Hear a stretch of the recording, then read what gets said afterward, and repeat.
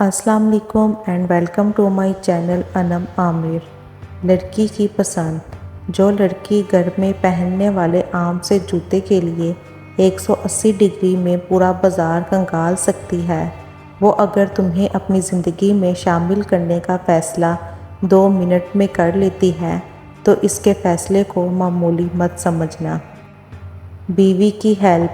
ہمارے معاشرے میں مرد اگر عورت کے ساتھ کچن میں کام کروا دے، اس کے لیے گاڑی کا دروازہ کھول دے، کھانے کی میز پر اس کے لیے برتن سیدھے کر دے یا کوئی بھی کام کر دے تو لوگ اس کو کمزور بلکہ آسان الفاظ میں بیوی کے نیچے لگا ہوا کہتے ہیں۔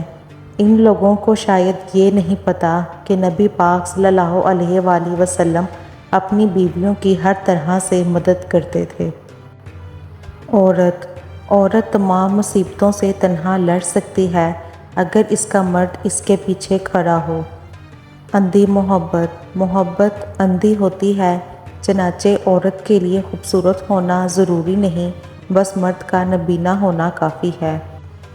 بدترین شوہر کون؟ روز قیامت اللہ کے ہاں بدترین بندہ وہ ہوگا جو اپنی بیوی کے ساتھ رازدارانہ تنہائی اختیار کرے، ازدواجی تعلق قائم کر لے اور پھر اسے باہر بیان کرتا پھرے۔ بیٹی جیسی۔ سسرال والے اکثر کہتے ہیں کہ ہماری بہو تو ہماری بیٹی جیسی ہے۔ اگر یہ جیسی لفظ ختم کر کے صرف بیٹی مان لینا تو نہ کبھی لڑائی جھگڑے ہوں اور نہ کوئی بہو اپنے سسرال کو برا سمجھے پھر۔ عجیب ہمدرد۔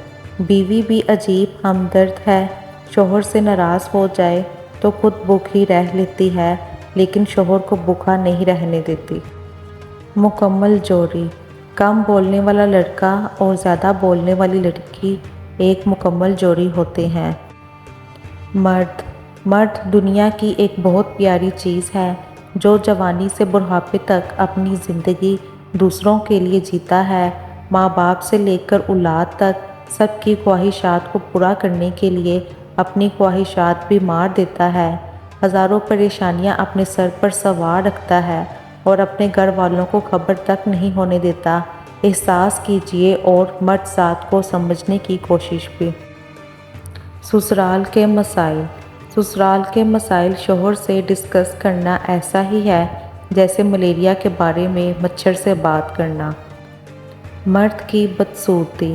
ایک تلخ حقیقت، مرد کی سب سے بڑی بدصورتی اس کی خالی جیب ہوتی ہے۔